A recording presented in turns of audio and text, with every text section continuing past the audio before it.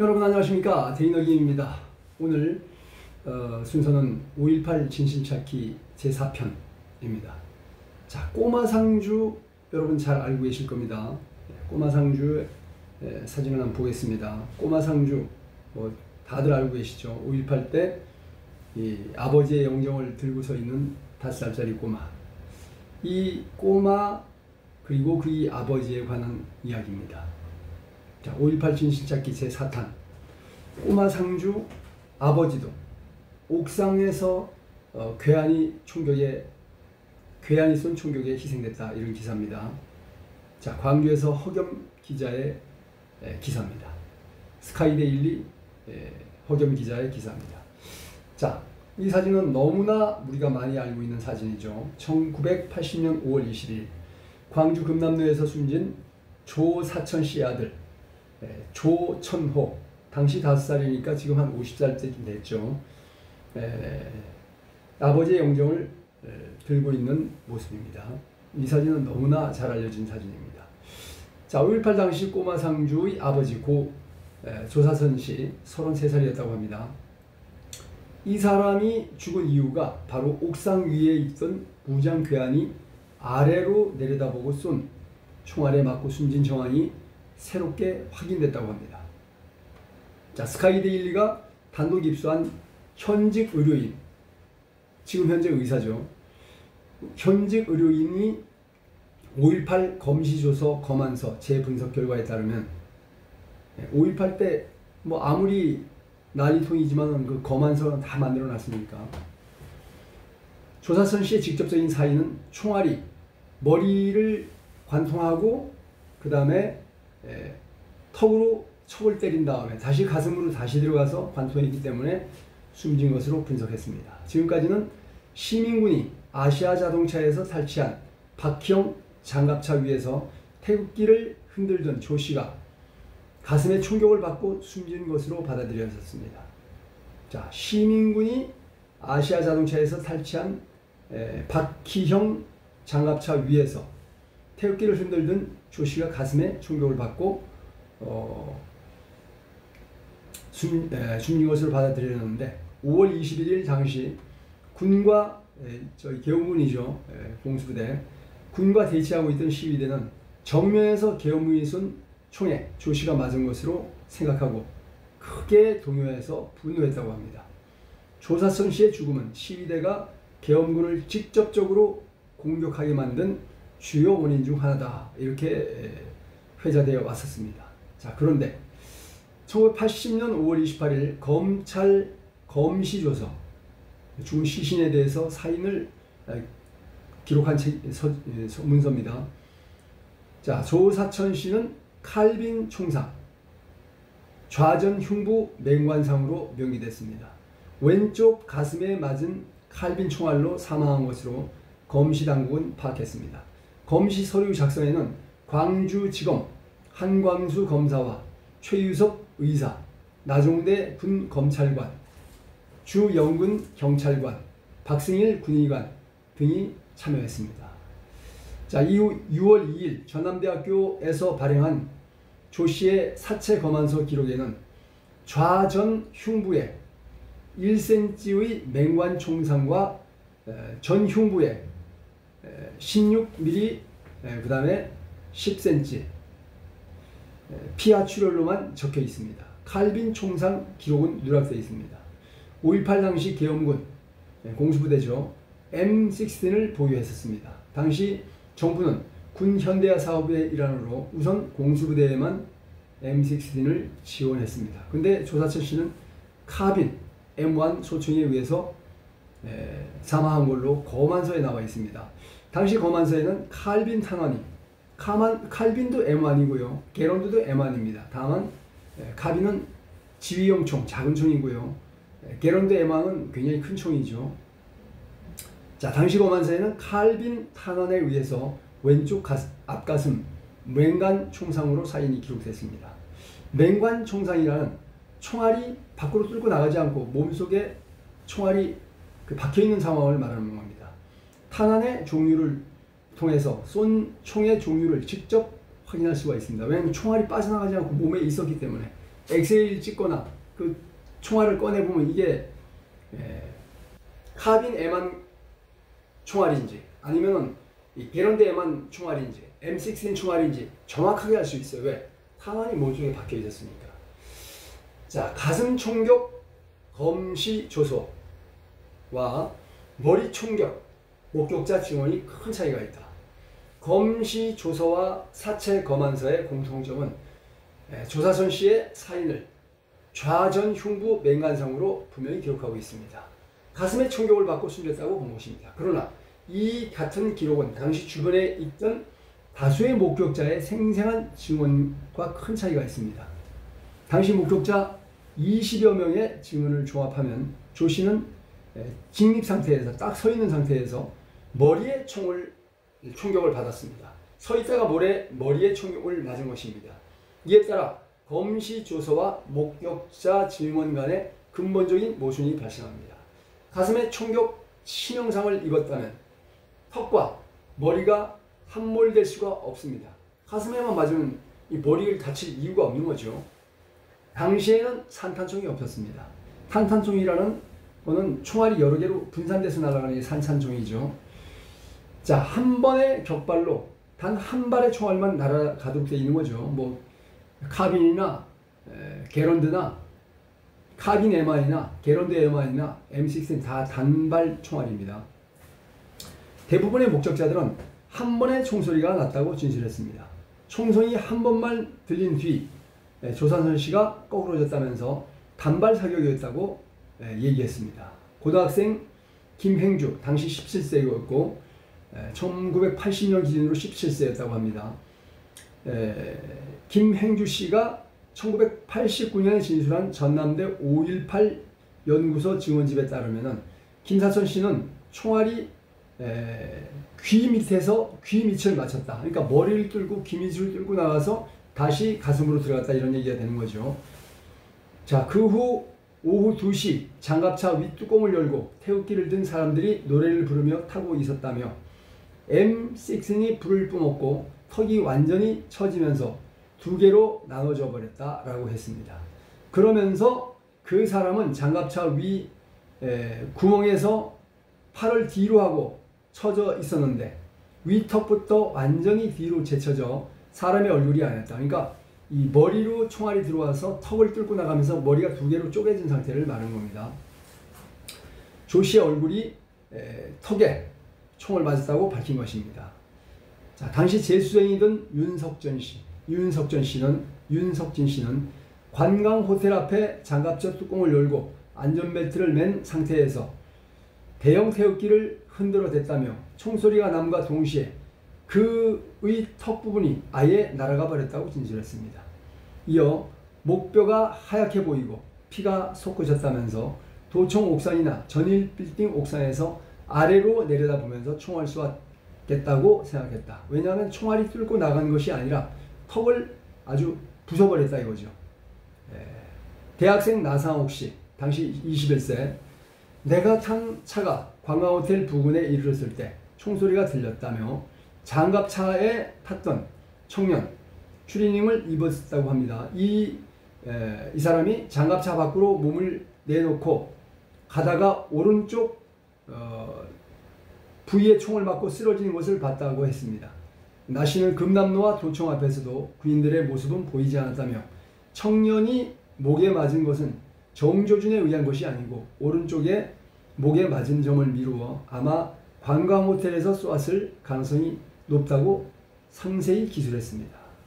자, 여기 나와 있죠. 이 사진 보시면은 전남 도청 앞에 타워가 이렇게 있고요. 여기 바로 KM900 장갑차입니다. 바퀴로 운행되는 바로 그 차량이에요. 자, 여기 이제 조사천 씨가 나와 있습니다. 조사천 씨가 나와 있고, 뭡니까?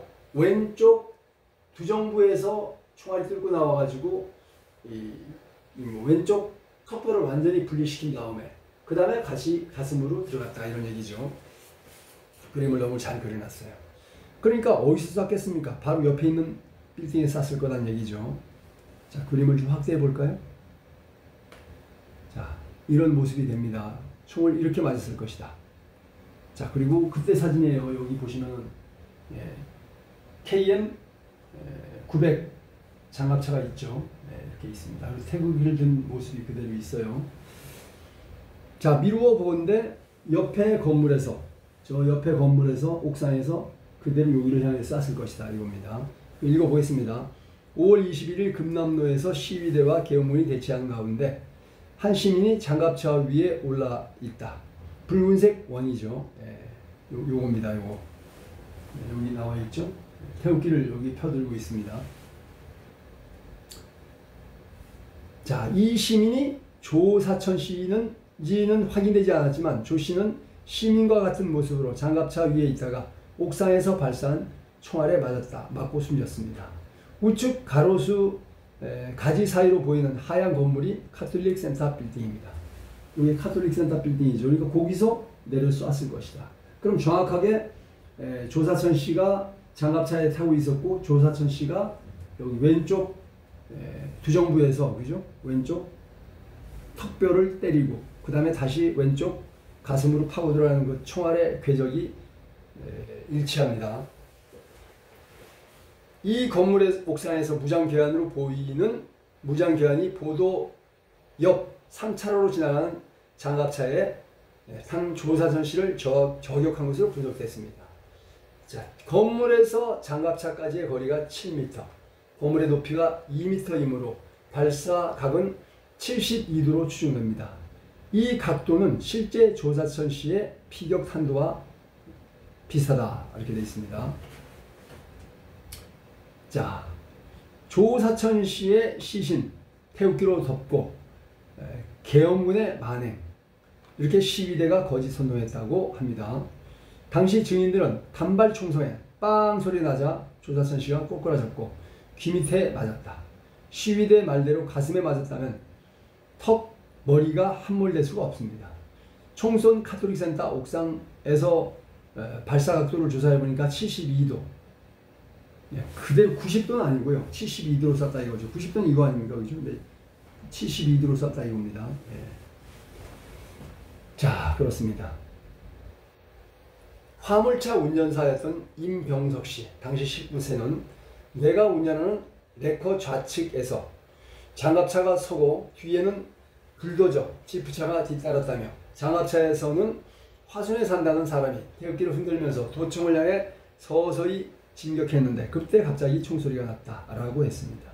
자, 그는 장갑차에 탄 사람의 머리가 총알을 맞아 닭고기를 칼로 다져놓은 것처럼 돼버렸다며 설마 그들이 우리에게 총을 쏠까 했는데 바로 눈앞에서 당하고 나자 지프차 위에 그 시체를 옮겨 실었고 시체를 태극기로 덮어 시내를 돌아다니면서 계엄군들이 시민들에게 계엄군이 만행을 저질렀다고 알렸다고 말했습니다. 식당 종업원이었던 김용오 씨, 당시 21살은 장갑차가 서서히 도청을 향해 움직이고 있는 것을 느꼈다며 제1은행 부근쯤이었을까? 갑자기 땅 하는 총소리가 울려 깜짝 놀랐다고 했습니다. 그러면서 차에서 내려보니 장갑차 위에 탔던 사람이 온몸이 피투성이가 된 채 쓰러져 있었다 라며 언뜻 보아 얼굴에 총을 맞았는지 입이 한쪽으로 처져 있었고 주위에는 사람들이 달려들어 그를 끌어내리고 태극기로 덮고 있었다고 했습니다. 왜냐하면 태극기를 이 사람이 흔들고 있었기 때문에 그 태극기로 덮었겠죠. 당구장 지배인인 당시 26살 이용규 씨는 관광호텔 부근에서 장갑차에 타고 있던 청년이 상체를 드러내는 순간 도청 앞에서 쏜 M16 총에 턱품을 맞고 쓰러졌다며 곧 유동 삼거리로부터 내려와 살펴보니 장갑차 윗부분에는 피가 흥건히 젖어 있었고 청년의 목이 겨우 매달린 정도였다라고 진술했습니다. 재봉 견습생 19세, 당시 19세 이용일 씨는 어떤 사람이 장갑차를 타고 위로 올라오고 있었는데 러닝셔츠만 입고 머리에는 흰 띠를 두르고 손에는 태극기를 들고 있었다며 그는 장갑차의 뚜껑을 열고 상체를 위로 내놓은 채 서 있었는데 도청 쪽에서 저격병이 쏜 총에 목을 맞고 쓰러졌다고 했습니다. 앞서 이 씨는 갑자기 카톨릭 산타 옥상에서 총알이 날아와 바로 내 옆 사람이 총알에 맞아 쓰러졌다며 이미 옥상 총격이 시작된 이후 조사천 씨가 장갑차에서 총격을 받은 사실을 증언한 바 있습니다. 자, 소방공무원 시험을 마친 장세경 씨, 당시 25세는 장갑차 위에 탄 어떤 청년이 태극기를 들고 도청을 향해 간다고 했다며 청년이 탄 차가 관광호텔 앞에 이르자 연발 총성과 동시에 태극기를 든 청년이 장갑차 위에서 뒤로 넘어졌다고 했습니다. 청년은 코에 구멍이 뚫리면서 머리는 반쪽으로 갈라지고 왼쪽 머리가 완전히 날아간 상태에 턱이 떨어져 가슴에 얹혀 있었다라고 묘사했습니다. 서채원 씨, 당시 19세 서채원 씨는 모든 시민의 눈이 그 장갑차를 향했다며 그 장갑차가 광주 관광호텔 가까이 다가갔을 때 총성이 울려 퍼졌다라고 했습니다. 이어 순간 태극기를 들고 옆에 서 있던 젊은이가 머리에서 피를 내뿜으며 축 내려앉았다며 분수처럼 솟아오르던 그 붉은 피, 나는 지금까지도 그때 보았던 그 장면을 결코 잊지 못한다고 증언했습니다. 당시 대학생이었던 27살 박영순 씨는 나중에 말을 들어보니까 장갑차에 탔던 사람 중 한 사람이 머리에 총을 맞고 죽었다고 했다며 전해드리는 이야기를 진술했습니다. 당시 재수생이었던 19살 장준영 씨도 현재 광주백화점 앞에 있는데 장갑차에 러닝 차림의 한 청년이 대형 태극기를 들고 만세 만세를 외치고 있었다며 그와 동시에 갑자기 총성이 들렸고 장갑차에 탄 청년이 쓰러졌고 장갑차가 후진하는데 목에 총을 맞은 시신이 장갑차 위에서 목 윗부분과 아래의 몸체가 따로 흔들리고 있었다고 기억했습니다. 조사천 씨의 아내 정동순 씨도 목에 총알이 나온 구멍이 있었다고 증언했습니다.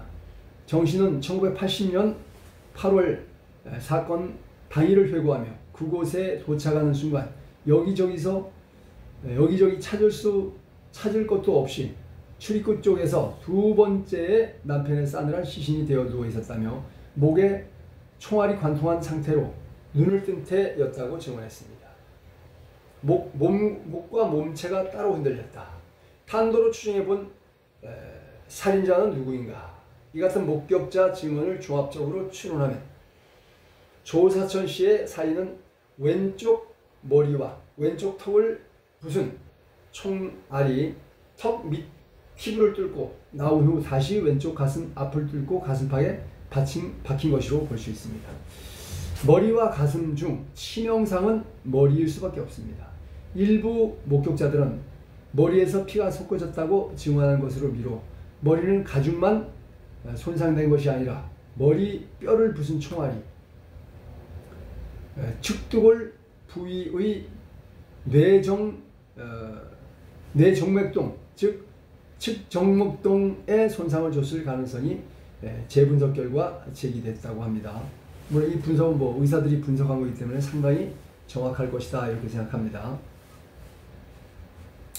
자, 손상 추정 부위는 순식간에 엄청난 양의 피가 쏟아져 나와 주변을 흥건히 적시기에 충분했고 곧 사망에 이르릅니다. 머리에서 피를 내뿜으며 축 내려앉았다. 분수처럼 솟아오르던 그 붉은 피, 머리는 반쪽으로 갈라지고 왼쪽 머리가 완전히 날아간 상태에 턱이 떨어져 가슴에 얹혀 있었다 등의 증언을 상황을 대변하고 있습니다. 또 가슴에 직경 1cm의 총알이 들어간 자리와 함께 10cm, 가로 10cm, 세로 16cm의 피멍이 생긴 것으로 검시 조서에 기록했습니다. 피멍은 총알이 피부 밑으로 진행하면서 벌려놓은 틈으로 피가 흘러내려 생긴 것이다. 이에 따르면 총알은 피부 밑을 지나 흉곽과 나란히 진행하기 때문에 총알이 흉곽 내부로 들어갔더라도 심장을 뚫지 않고 폐 속에 박혔을 가능성이 제기됩니다. 이번 재분석에 참여한 의학박사 A씨는 본지에 이 경우 가슴 총상으로부터 피가 뿜어져 나오지 않는다며 반면 총알이 가슴 정면에서 뚫고 들어가면 조 씨의 부검 결과와 같은 크기의 피멍은 생기지 않는다고 설명했습니다. 검안소에서 1/1cm 총상 주위에 16/10cm의 피하출이 있었다는 것은 위로부터 날아온 총알이 피부 밑으로 16cm 정도를 주행했을 것이라고 합리적인 추론을 뒷받침했습니다.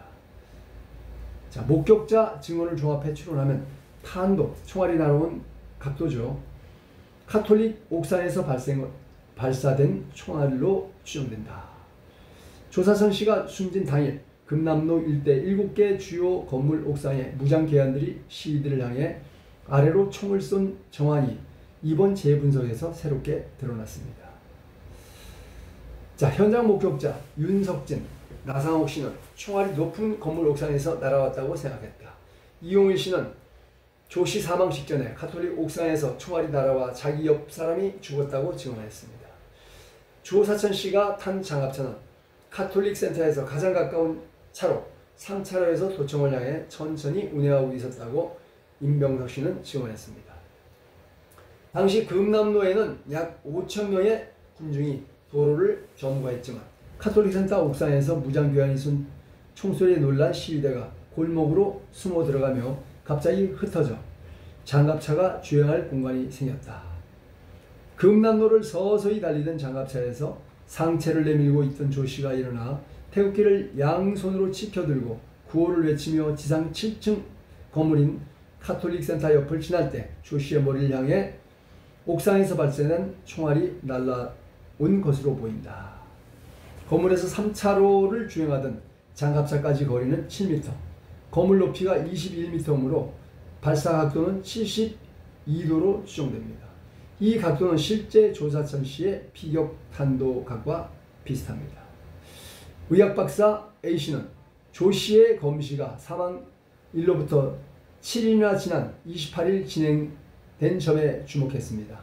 검시에 참여했던 의사나 검사들은 부패할 대로 부패한 시신을 마주했을 것으로 봤습니다.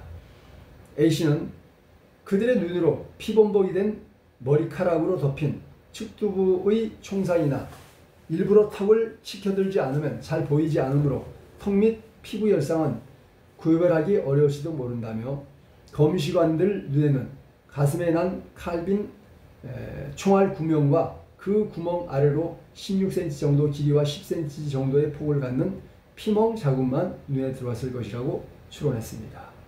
자, 이것이 광주에서 허겸 기자가 당시 증인들, 그리고 당시 검시 기록들, 그리고 현재 의학 박사들이 증언한 내용을 증언한 기사입니다. 자, 이것이 5.18 진실찾기 제4탄 꼬마상주의 아버지 조사천 씨도 옥상 괴한이 쏜 총알에 희생됐을 것이라는 스카이데일리 기사였습니다. 자, 시청해 주셔서 감사합니다.